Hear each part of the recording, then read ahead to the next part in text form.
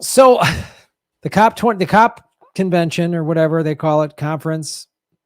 So the world leaders, several of whom are part of the problem, are going to get together to discuss how to fix the problem that they've created. So, and I'm going to show you what the head of the UN said.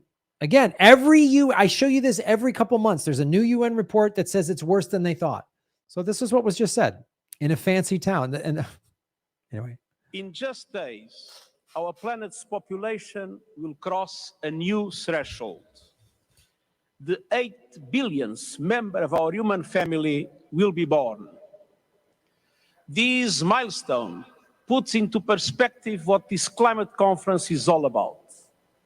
How will we answer when baby 8 billion is old enough to ask, what did you do for our world and for our planet when you had the chance?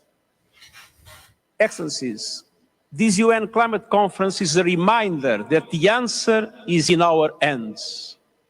And the clock is ticking. We are in the fight of our lives and we are losing. Greenhouse gas emissions keep growing. Global temperatures keep rising. And our planet is fast approaching tipping points that will make climate chaos irreversible. We are on a highway to climate hell with our foot still on the accelerator. The war in Ukraine, other conflicts have caused so much bloodshed and violence and have dramatic impacts all over the world. But these guys, I think these guys have made a couple of bucks from oil. I could be wrong. Glad they're there.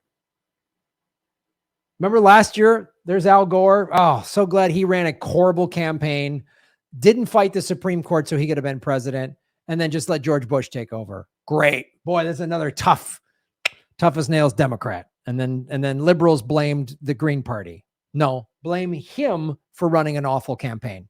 Blame that guy. We cannot accept that our attention is not focused on climate change. We must, of course, work together to support peace efforts and end the tremendous suffering. But climate change is on a different timeline and a different scale. It is a defining issue of our age. It is the central challenge of our century.